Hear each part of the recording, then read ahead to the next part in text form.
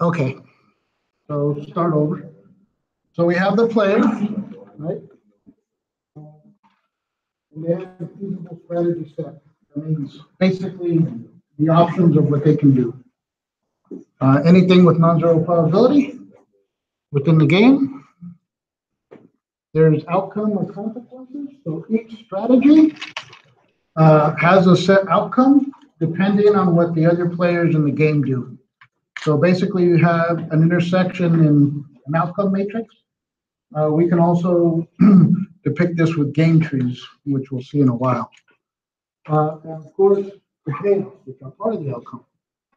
Every outcome has a defined payoff for every player, and we assume that the players are rational in that they assume, excuse me, in that they prefer higher payoffs to lower payoffs. And finally, there's an order of play. Somebody can go first, or somebody can go second, or it can be simultaneous. Okay. Like I said, there's three, or really two types of ways to denote these games. First is matrix form, and the second is extensive form games. Extensive form games are easier to comprehend if you have a sequential game. In other words, somebody goes first and somebody goes second. But you can depict it simultaneously. The matrix form works best if it's a simultaneous game. So game trees, right, are made for extensive form games and akin to our decision trees. Okay. So we're going to have three examples to start off with. And Allied and Barclay, your book loves those two companies, regardless of what they're producing, so we'll keep using them. But we'll start with the very simple game in matrix form.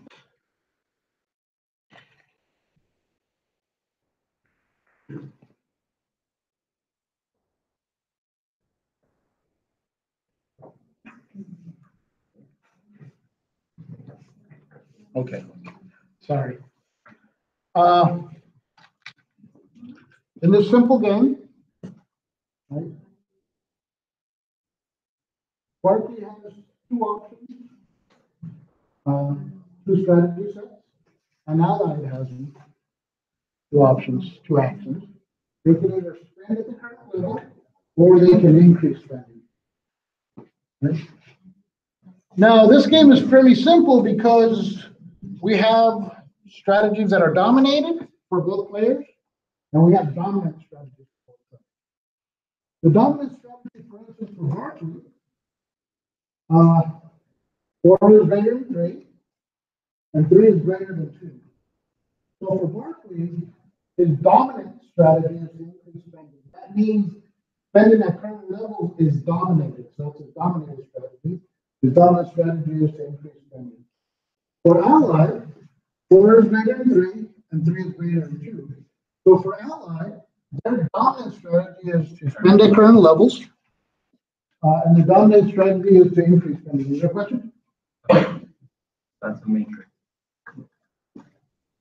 So since they both have dominant strategies, right, to increase spending and to spend at current levels, the equilibrium is this way right here, where Barclay receives 4 and Allied receives 3. Now, those can be in utility or they can be some kind of profit. But as I said, we assume that the player prefers higher payoffs to lower payoffs. Now, be very careful. In this case, it's color coded, right? On the tests, it's going to be in black and white. You're not going to have the purple or pinkish colors for Barclay and the bluish colors for Allied. In general, always for the purpose of this class, right? The player that is on this vertical axis, right, will have their payoffs denoted first. The one who's on the horizontal axis, in this case the clock, will have their payoff in milliseconds. Students do this a lot, and they'll look at this, right, and they'll say 3 is greater than, 4 is greater than 3, right? For Allied, 4 is greater than 3. The problem is that Allied doesn't get to move up and down. Barkley moves up and down. Allied goes this way. And in this case, it happens to be the same payoffs, but the important thing is, Allied goes horizontally, and Barkley in this case, the vertical axis goes up and down. Right? Be careful, that's all I can tell you. Students do it all the time. They change excuse me, they change the direction in which the payoffs goes or what the players can choose. Right? And it's very easy to get confused. Okay. Here we have a game tree. In this case, it's sequential. Your book, what they do, if it's not sequential, is they'll circle all of these in an oval shaped shape. I want to say oval shaped circle. That's kind of a misnomer. But in this case, Barkley goes first, and then Allied sees what Barkley does, and then they choose what they're going to do. Barkley decides the price of $1, Allied has 3 choices. $30 or 95. In this case, if Barkley chose $1, what would Allied do?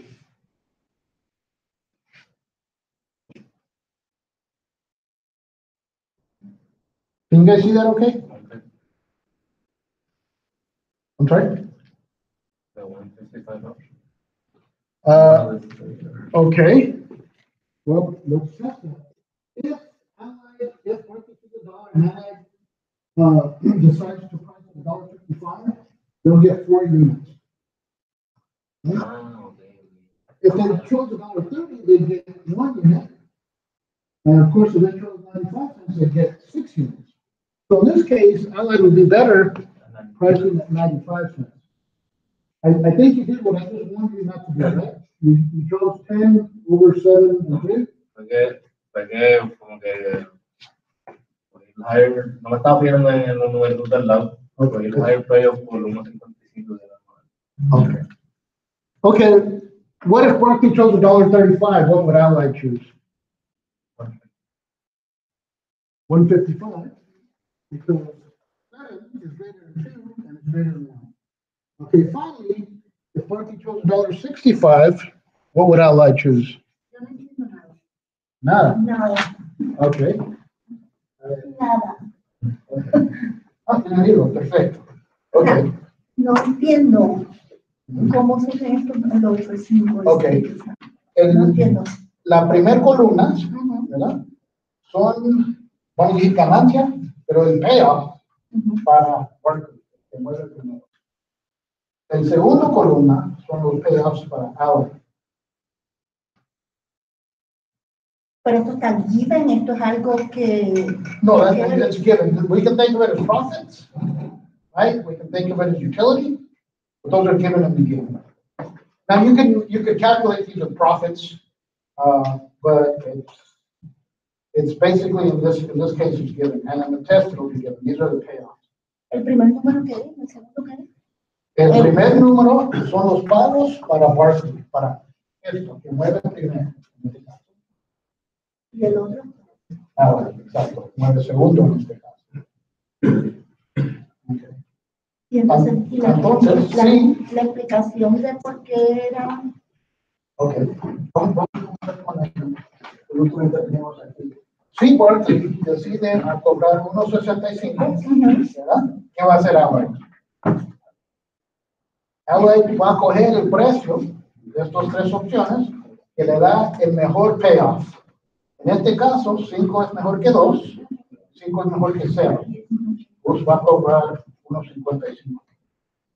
Que como estoy viendo es que lo que tenemos que ver en la segunda columna y el 29 mayor. Pero aquí yo no sé cuánto ese es el precio que va a cobrar. el precio que va a tener.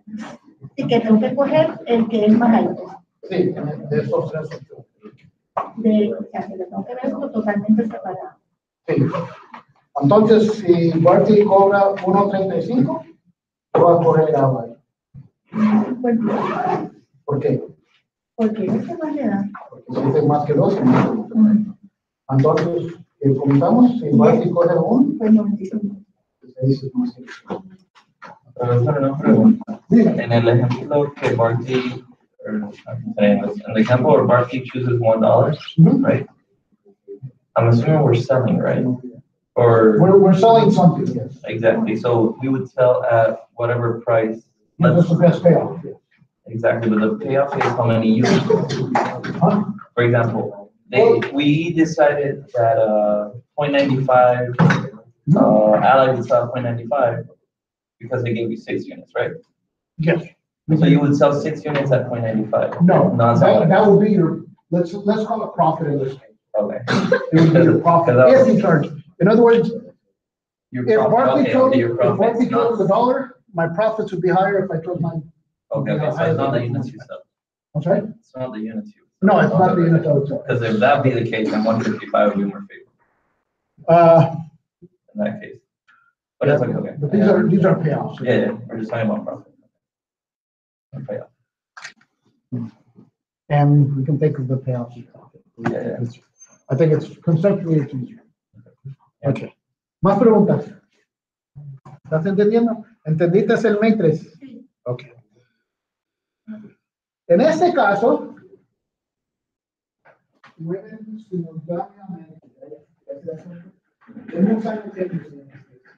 it's the first semester in 10 years that I've taught an undergraduate class, and I'm teaching it in Spanish, and it's horrible.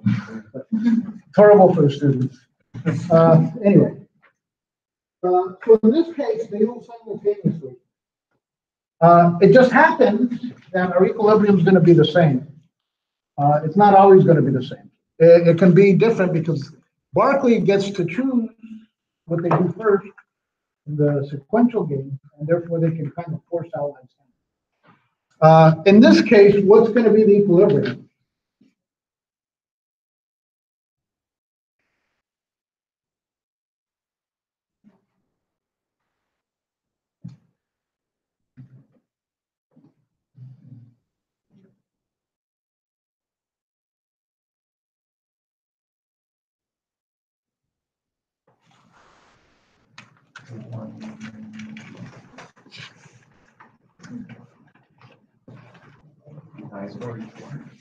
I'm sorry? It is going to be our equilibrium, but not necessarily because it's the highest yield of all of them.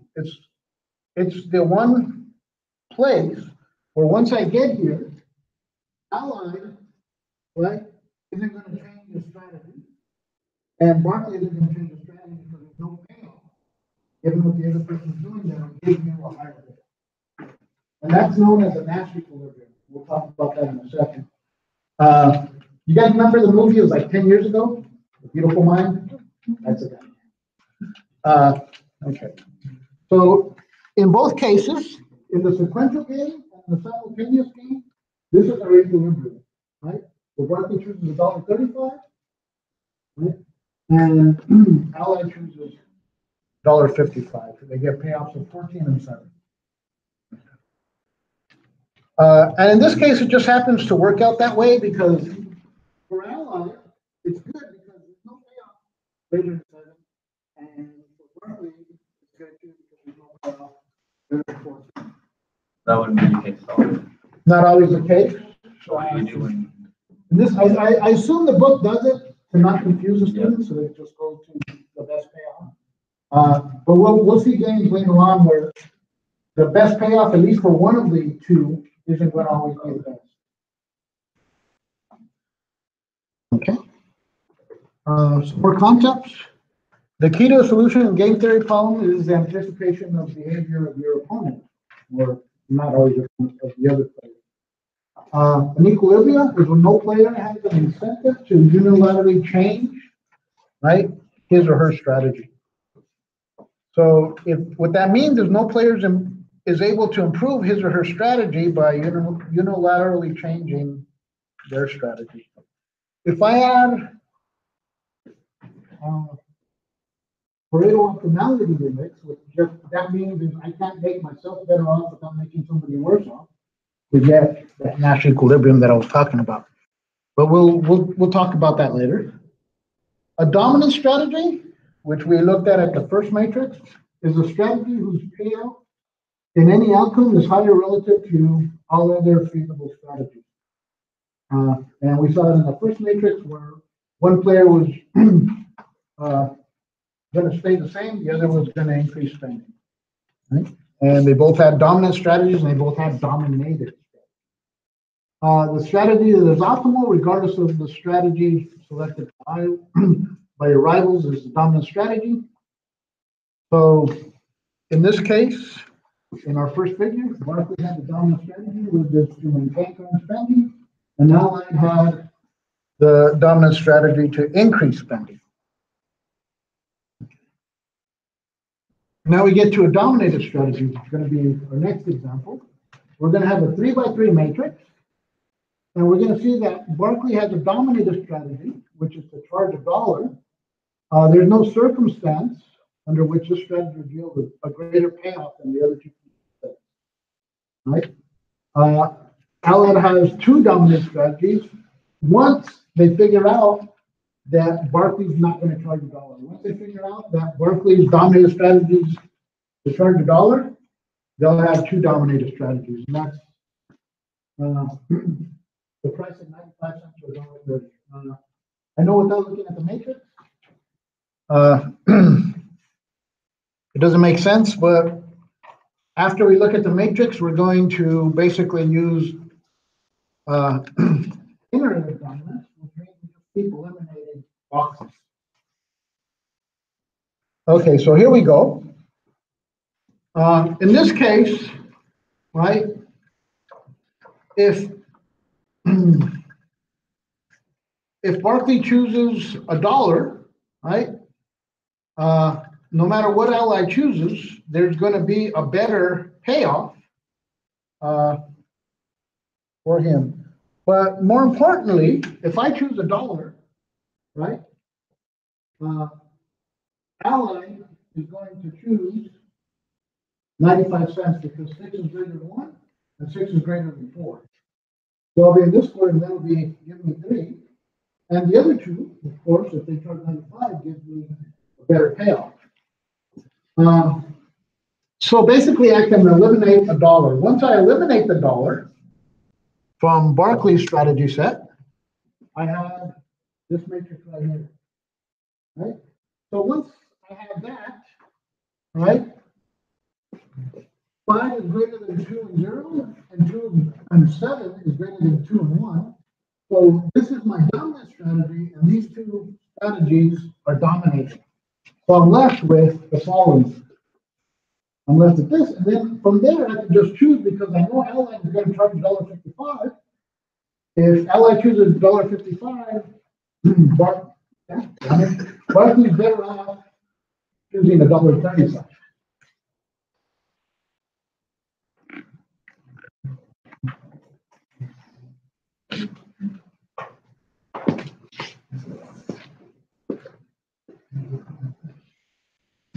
Sorry, guys. I'm not sure what's up with the cable. It should be much brighter than that. So our Nash equilibrium or equilibrium is for Barclay to charge $1.35 and for Allied to charge $1.55, whereas the payoff for Barclay would be 14 and the payoff for Allied would be 7. Does that make sense to everybody? Okay. So assuming that all players are rational, and that's our assumption, right? Every player should choose the best conditional strategy given what all other players are doing. And we're assuming that all other players are also rational. So for our definition of Nash equilibrium, we have the following. I have a model with n players and their strategy sets. They have n strategies. And this one is strategy of 1, strategy 2 up to N, right? The payoff for player I, when S star is selected, is BS. That's kind of funny. Anyway, B parentheses S star. So the Nash equilibrium is going to be an array. You guys know what an array is, right? It's just a vector. It's just a vector, like it's just a row of numbers or a column of numbers. Okay. So the payoff, if F1, if 1 chooses F1 star, 2 chooses S2 star, and so on up to Sn star, those payoffs will be greater for player 1, in this case player I, will be greater than if he chose S1 prime and give them all the other players choose the same as over there, S2 star, S3 star, up to Sn star. They're all outcomes. In other words, as long as everybody's choosing their rational outcome, F1 star is better than, at least as good as any other strategy player 1 can use. Right? So that's the best strategy and an equilibrium for player 1, given what all the other players are doing. That's Nash equilibrium. There's no array of strategies that's better than S star for any player. And that equilibrium is rational, optimal, and stable. Hence the Nash equilibrium. Questions? Okay. I know it's theoretical, so we'll go through a bunch of examples now. Here, we're going to introduce a new product. Again, we have Barclay and Allied, because your book loves those two guys, or those two companies.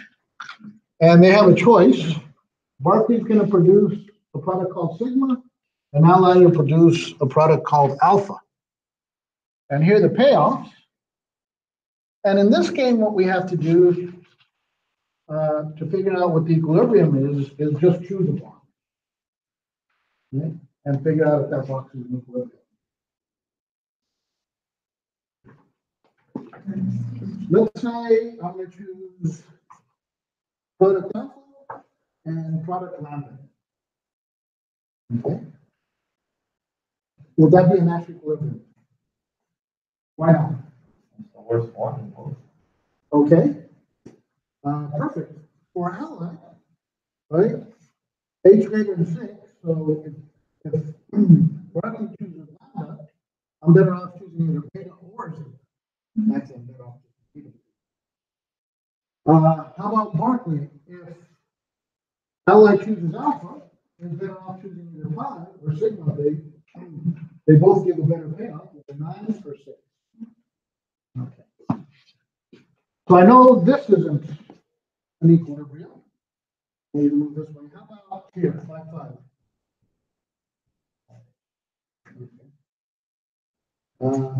Okay. Because Sigma will still have a better payoff than the other two options. Okay. So are you, I mean, Zeta. okay. So theta will get Allied 5, right? So it's better off choosing beta or pi if Barclay chooses sigma. What if, how about for Allied? Theta 6 is greater than this. Okay, so we've eliminated those two. How about this square right here?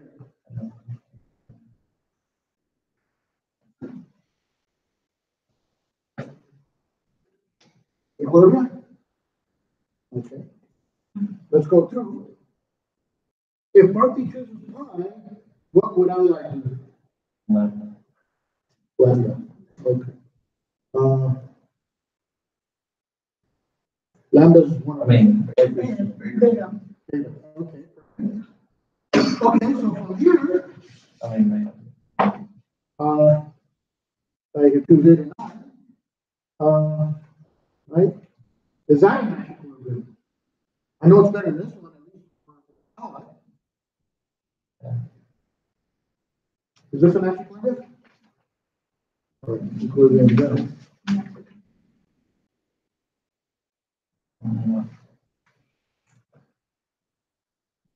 I know it's good for Allied if Barclay chooses pi, Allied's happy. But given that beta chooses beta, is Barclay happy? No. what would they rather do? Lambda. They'd rather choose lambda, 9A. Now, here, right, is that an Nash equilibrium?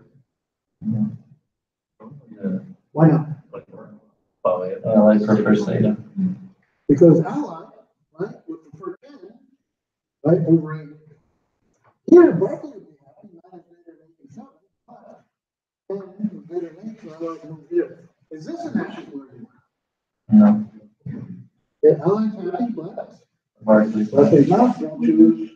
And if you notice, we just did a little circle. There, so none of these, in here, are Nash equilibrium. One would be sigma alpha. Would be Signal. That's not fair. I told you that last slide. We gotta go through the So process. is there any equilibrium here? I'm sorry? Is there any equilibrium? Look at the slide before. Get easy.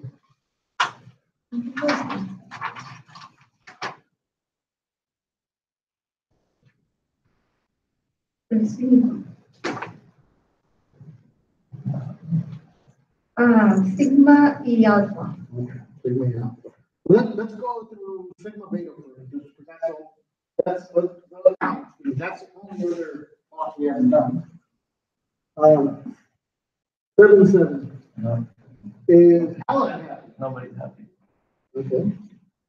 Allied, right, would rather,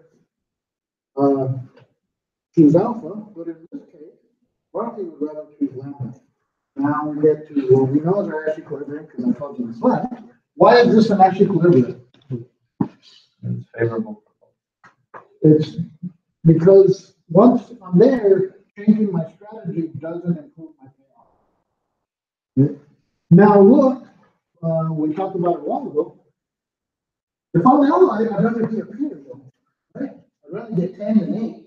But I can't do that if Barkley chooses sigma, right? And of course, in this case, Barkley would be indifferent between these two. But you can't get here if ally chooses alpha. So this is a Nash equilibrium. Once I'm here, I can't improve my strategy by, I can't improve my payoff. And that's our definition. Questions?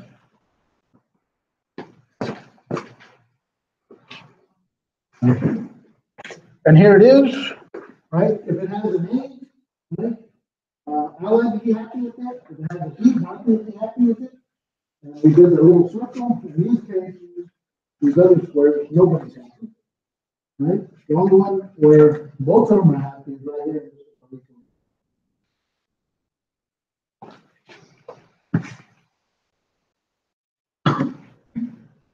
Okay. Here I have a company choosing between two package carriers, FedEx and UPS or DHL.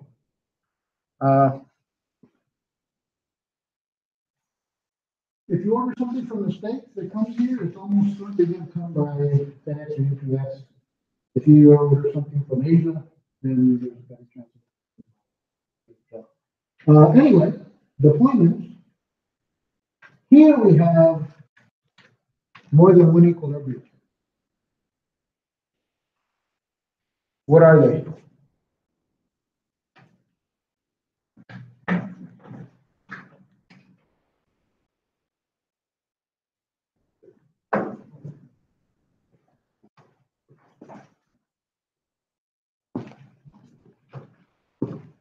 I'm not guys, what? They both use FedEx and they both use DHL. Okay, perfect. They either both use FedEx. Why is this an equilibrium? Changing their strategy doesn't improve their payoff. Okay, perfect. Improving the strategy, switching the strategy doesn't improve the payoff. 100 is better than 90, so customer B doesn't have an incentive to switch, and 100 is greater than 90. And so customer A doesn't have an incentive. What's the other equilibrium? You told me it was this one, 120. 120, what's 120 is greater than 90, that point is black color. And 112 is greater than 90. Those are two Nash equilibrium. But there's nothing that tells us which Nash equilibrium is going to occur. Right? Here I have the example that DHL made it easy for us in that they lowered their price. So in this case, what is our net equilibrium?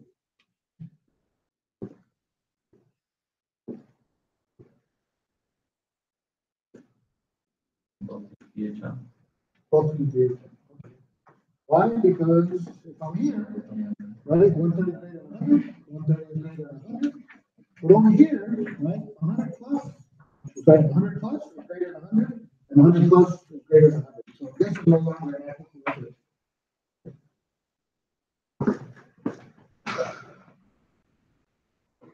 Okay, more definitions, strategic foresight.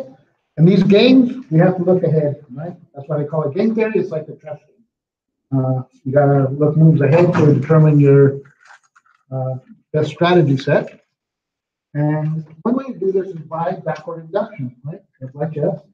I use game theory to solve games by looking into the future, determining what strategies the player will choose, patient, and then choosing an action that is rational based on those beliefs.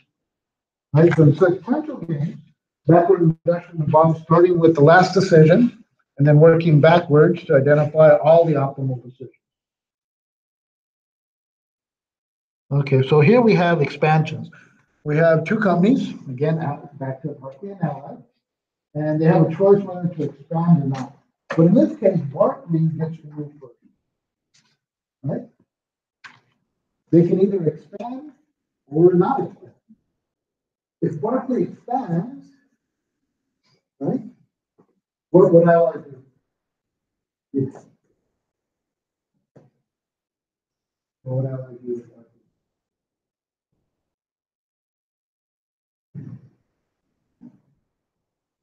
Okay. All right, so who's gonna help her out? You're gonna help her out. ¿Puede expandir o no expandir? Okay, ¿cuál va a ser? ¿Cuál va a ser mejor? El 120. Okay. 60, 120. I did say expand, right? Barclay expand. See, Barclay va a expandir. ¿Qué es mejor? ¿Qué es el pago mejor para Allied? 60. 60, perfecto. Entonces, no, ¿qué va a hacer? No va a hacer. Pero si no expande, Ajá.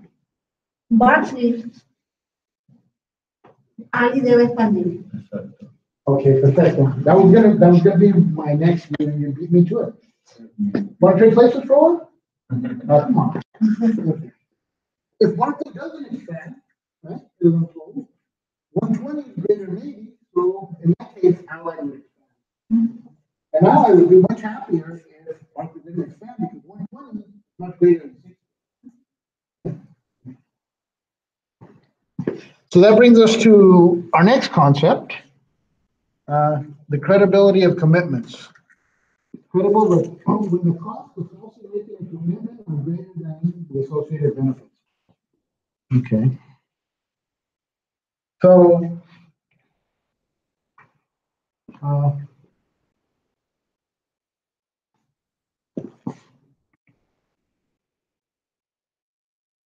in this case, the way the game was set up was that Barclay moved first and Allied moved second.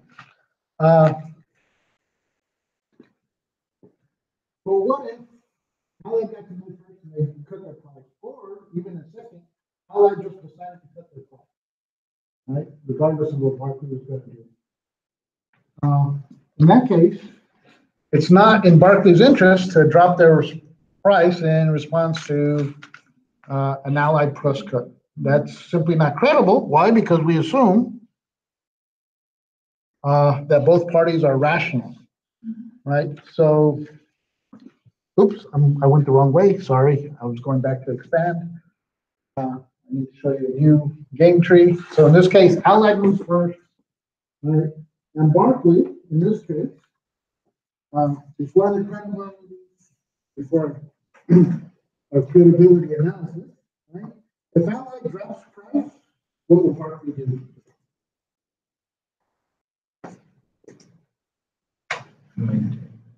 No, yes, maintain. Am I picking on you if I said yes? You look proud.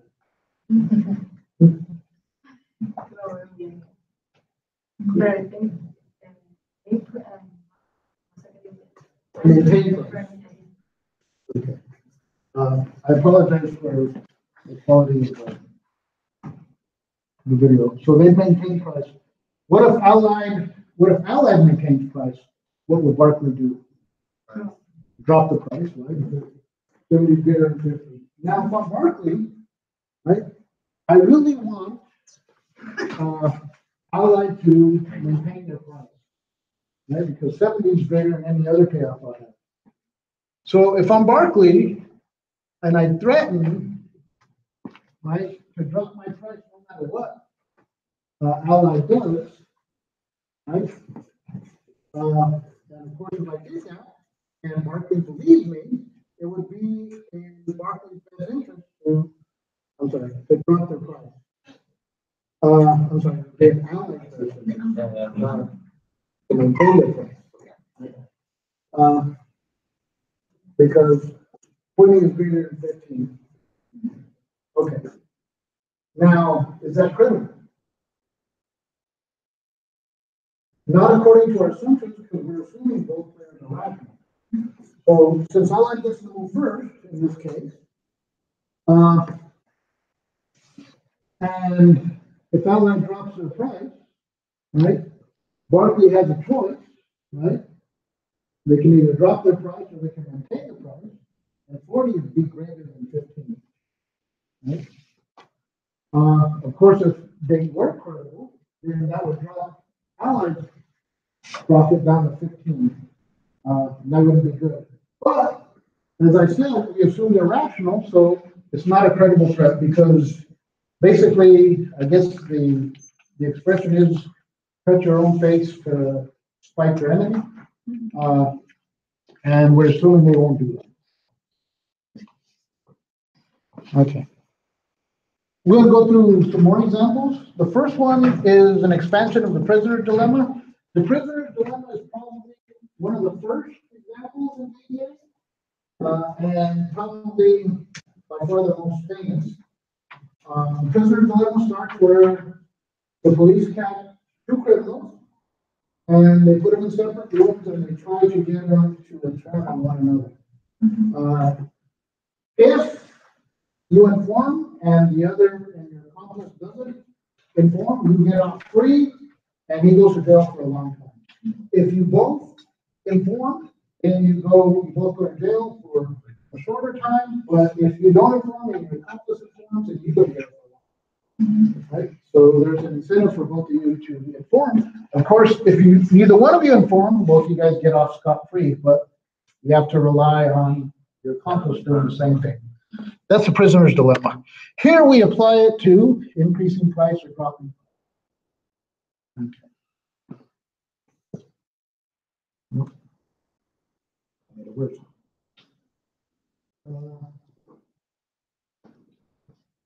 Okay. So in this case, there are two Nash equilibrium.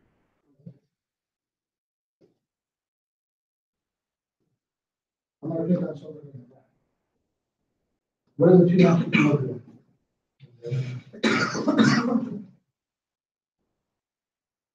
Nobody does.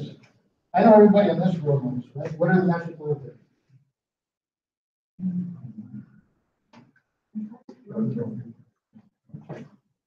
By 5? And did I hear 3? Okay. Why is 3 a Nash equilibrium?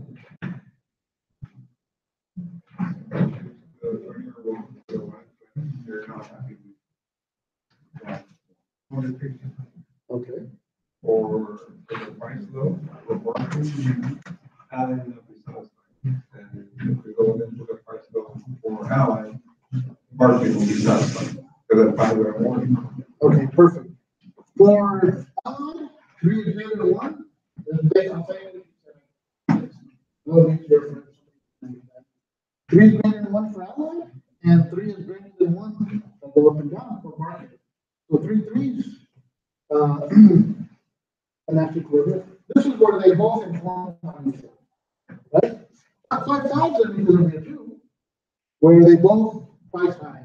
Let's say where in that case where they don't inform, right? And in this case, right, 5 times in equilibrium. Why? Oh no, I'm not. It's not. I'm not. Okay. This is where they both, where they both don't inform. Anyway, 20 is greater than 5, and 20 is greater than 5. So my only answer for this is big. Thank you. There are not two answers. I apologize.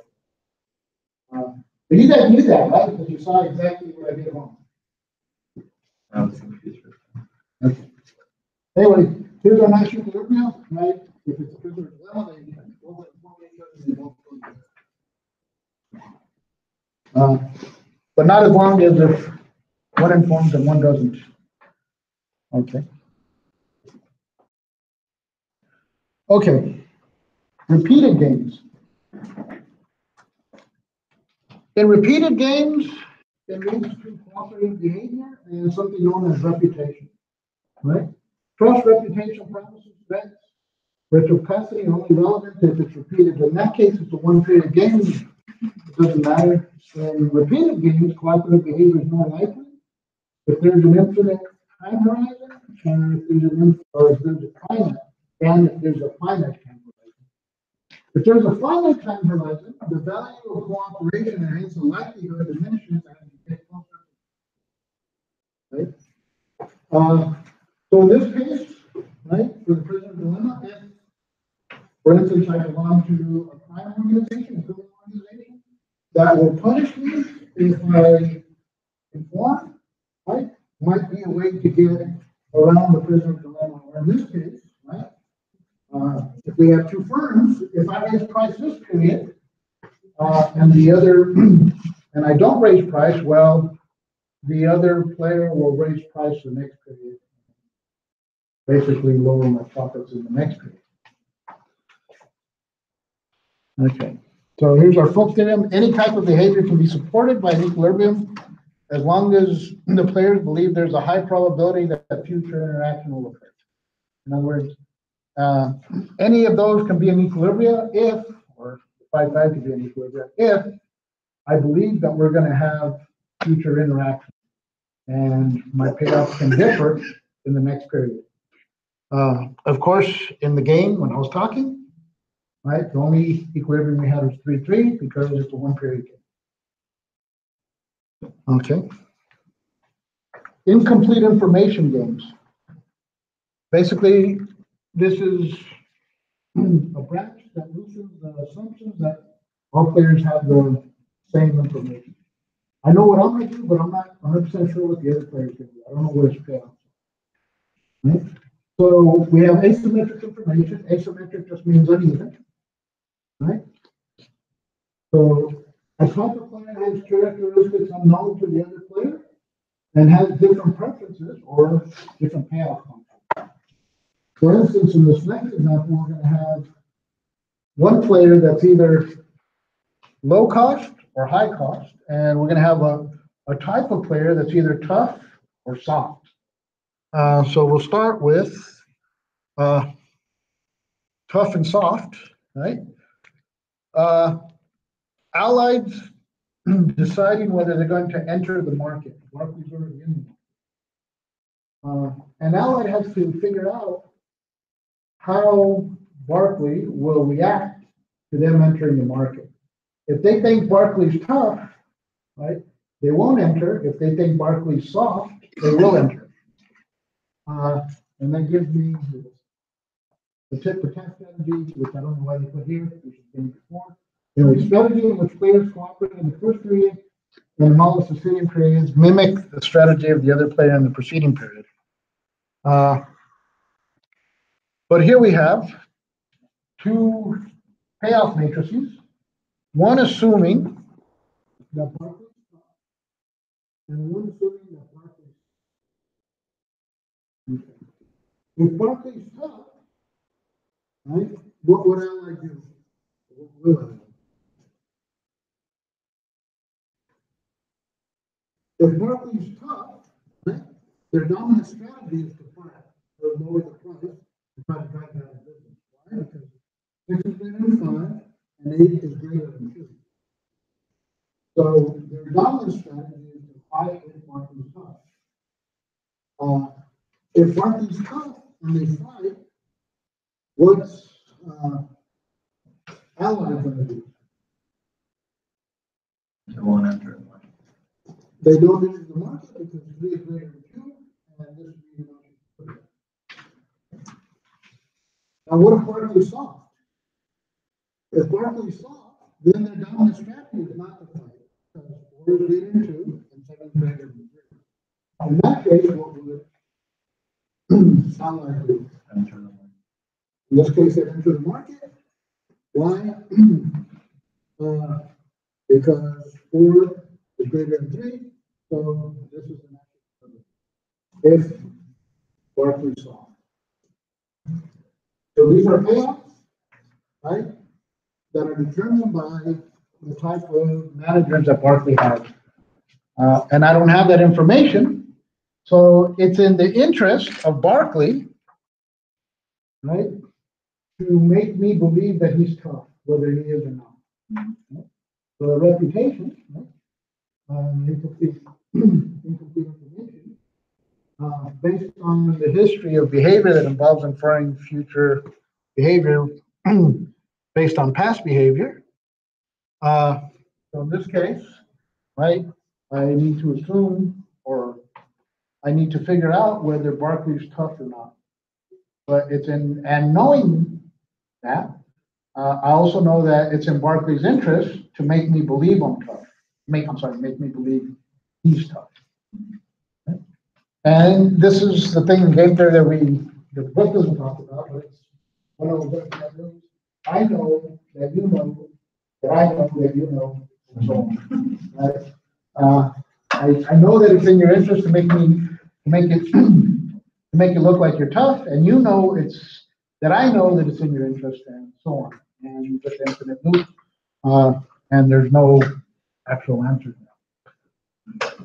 The next example is for bank regulators. In this case, bank regulators want banks to have high capital. But high capital, or having high capital, lowers banks' profits. It makes them more stable, but it means they lend out less money, so they have fewer profits. In this case, right, what are the equilibrium? Or are there equilibrium?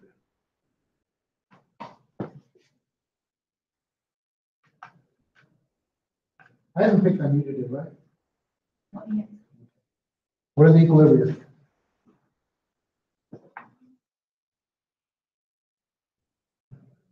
$50-50. 50-50? 2020. And 2020, why is 2020 an equilibrium?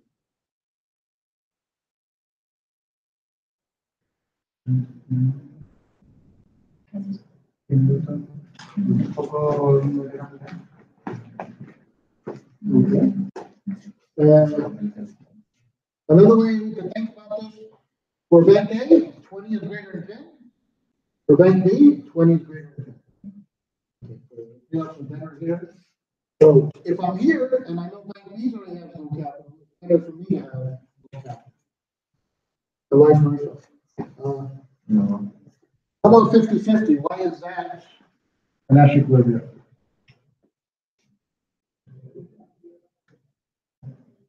A ver, no, en vez de 50 hay menor que 60. Perfecto, it's not an actual, good. 60, 50, so if I'm here and I'm bank B, I have an incentive to switch. If I'm bank A, with 50, 60, 50, I have an incentive to switch. So my only national equilibrium is here when we both have one capital. That's something the regulator doesn't want.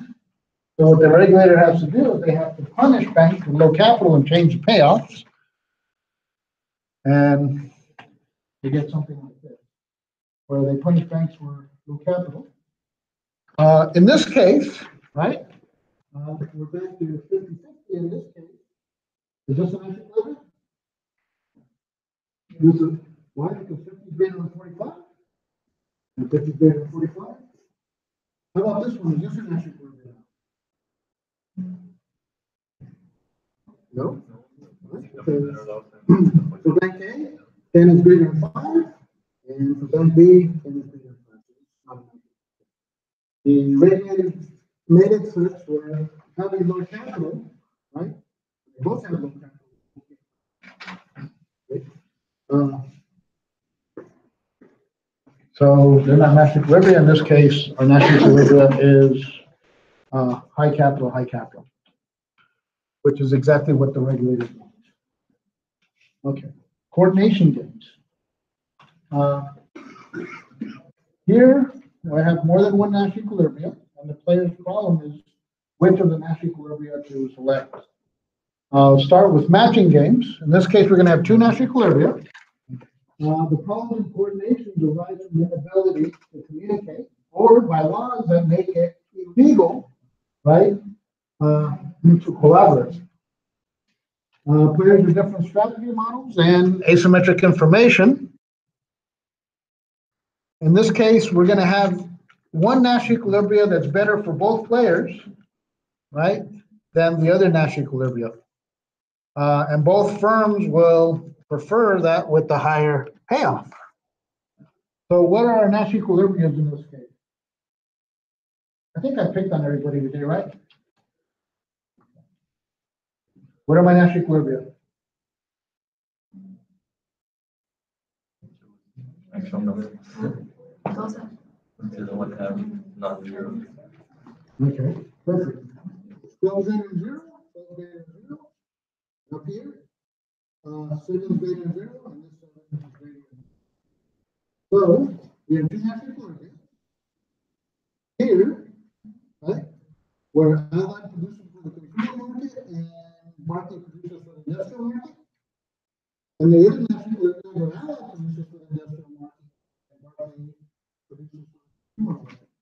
Obviously, both players would prefer this Nash equilibrium because it has better payoff. But there's no way to ensure that we get to that Nash equilibrium a priori beforehand. Again, if they can coordinate and share information, they can do, but we're assuming asymmetric information. I don't know what the other person's going to do. For whatever reason, it might be legal to coordinate. Okay. The next game is based on another famous game called the Battle of the Sexes, where you have a married couple and they're planning on what they want to do for they want to go out. The man wants to go do something fun, a sporting event, and the woman wants to go to ballet or something. So if they go to separate, if the man goes to the sporting event by himself and the woman goes to the ballet, well, they're not together and they have a little bit of disequilibrium. However, if they both go to the ballet, the woman will be happy, but the man will be miserable. If they go to the sporting event, the opposite happens.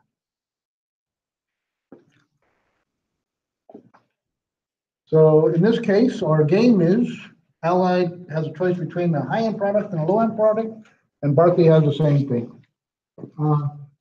The two Nash equilibriums are where one produces a high-end product and the other produces a low-end product. Right? And the highest payoff are for those who produce the high-end product in both Nash equilibriums.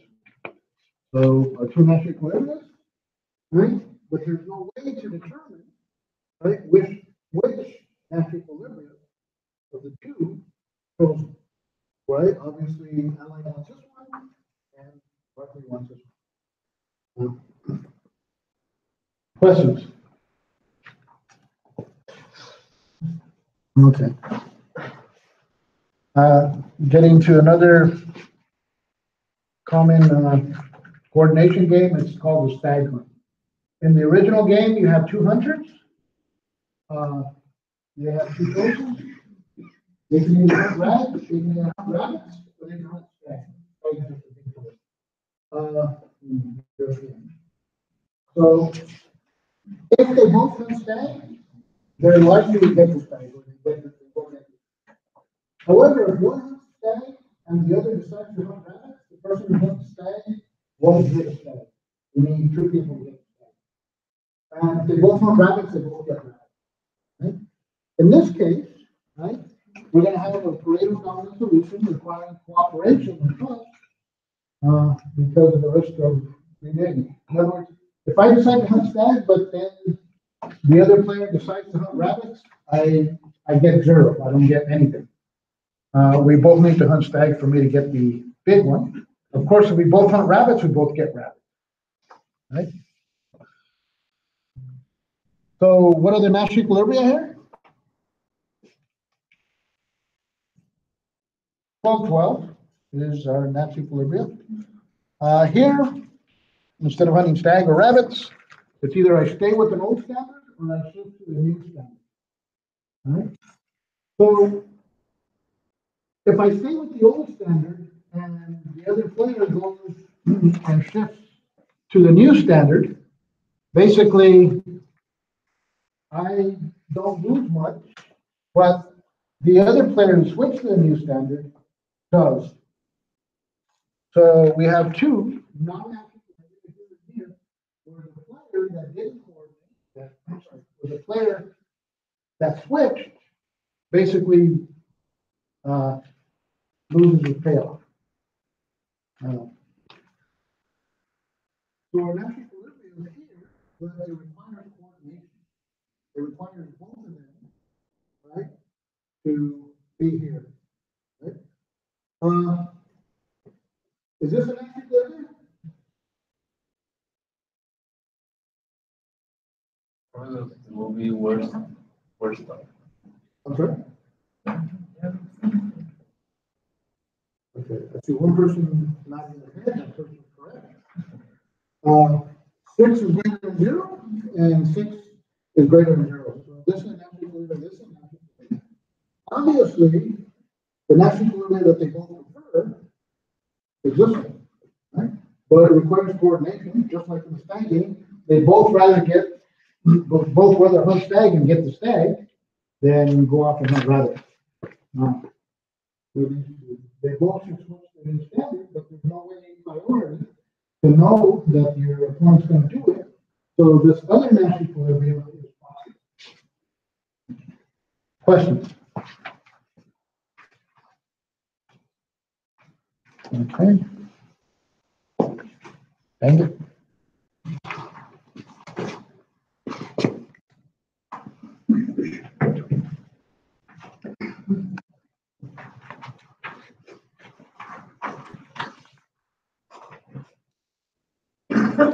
I wish they'd fix the HDI cables.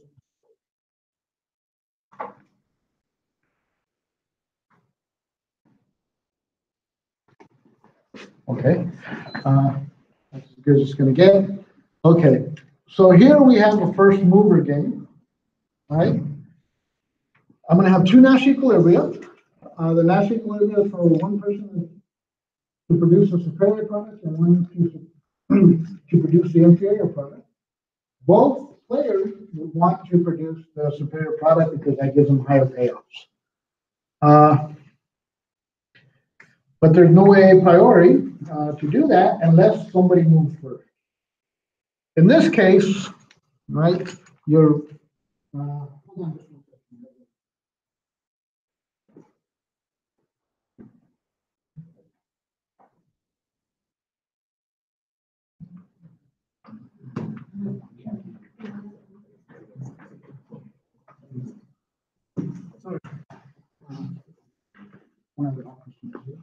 Okay, in this case, right, your book assumes that it's in Barclays' interest to spend the resources to be able to move first, because their payoff, or the difference between the two Nash equilibria, the payoff in the two Nash equilibria is greater for Barclays. So what are our Nash equilibria here?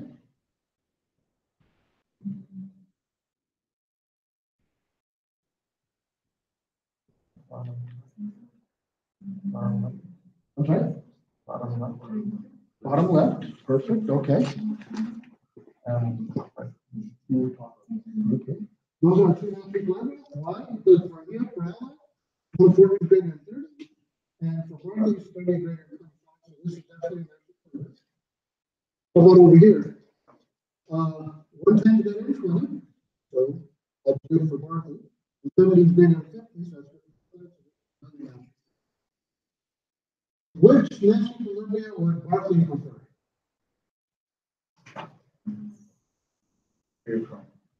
Up. Here, will they make 110? Put it down here, and of course, Allied would prefer the bottom number, 140. So the difference between 140 and 70 is 70, but the difference between 110 and 30 is 80.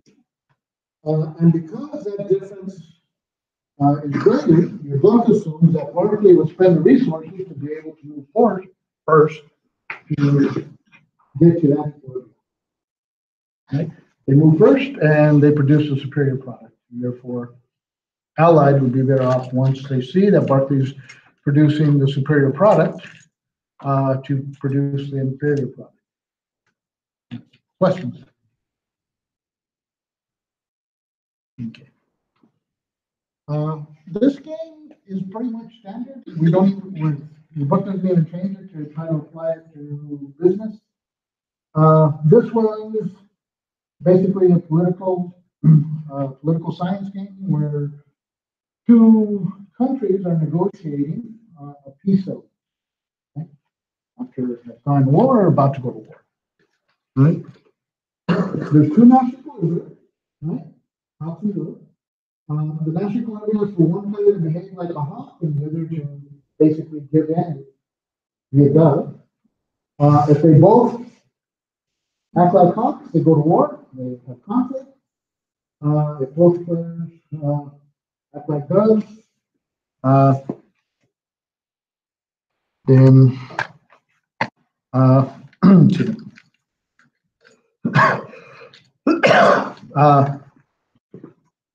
it's not an active Columbia,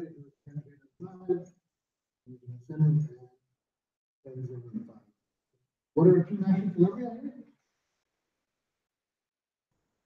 There's a first thing I should ask.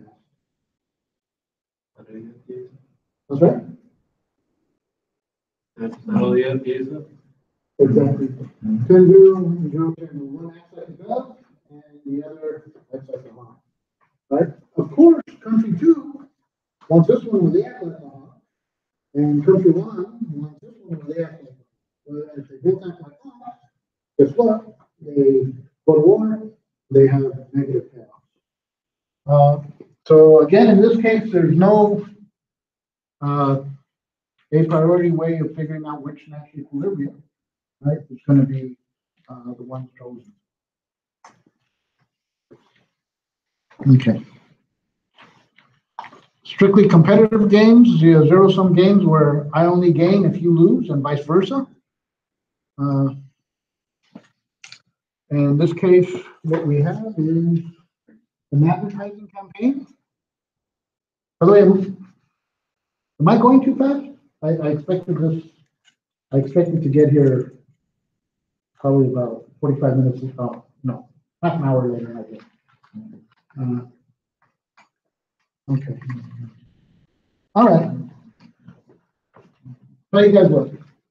I'll give you guys 5 minutes to tell me which, and if you guys read this slide, you guys can do that. But, hopefully you did read the slide and you might like to read the slide.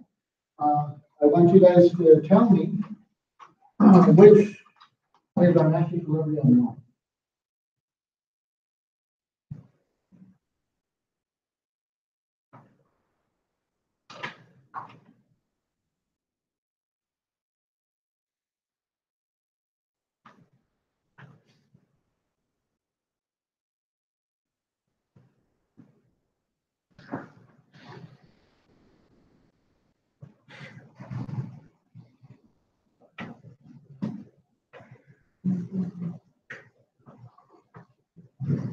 One person's figured it out.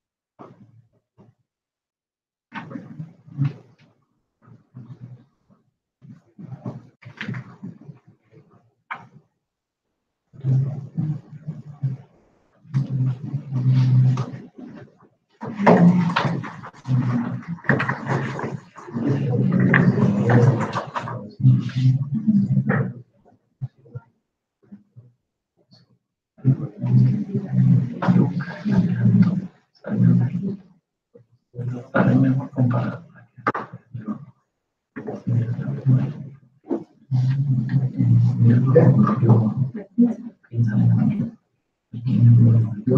Donde se peleó.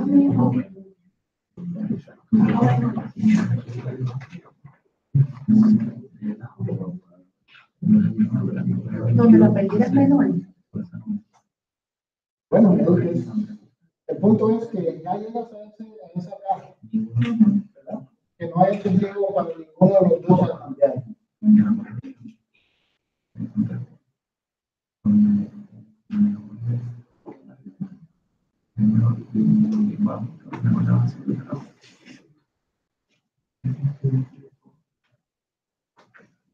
Okay, tell you what, I'll tell you guys the same thing, and I'm sorry, and then you guys will raise your hand and, or you'll be silent, and let me know if you were correct.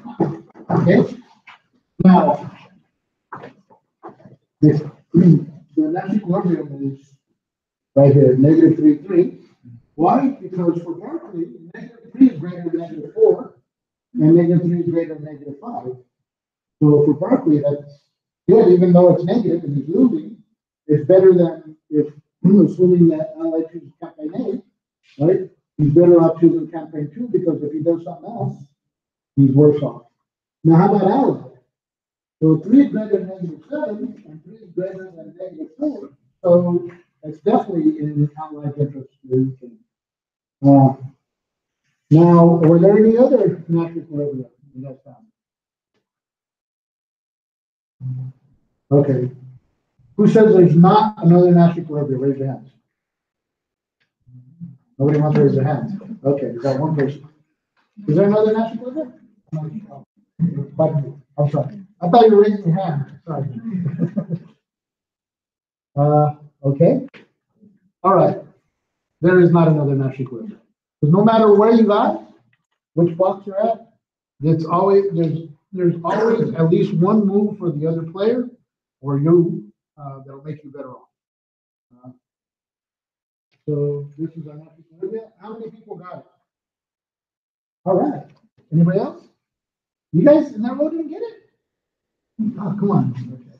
How about back there in that row? No? All right. Well, that is lecture 12. That is game theory. Tell you what, I'm going to separate these out.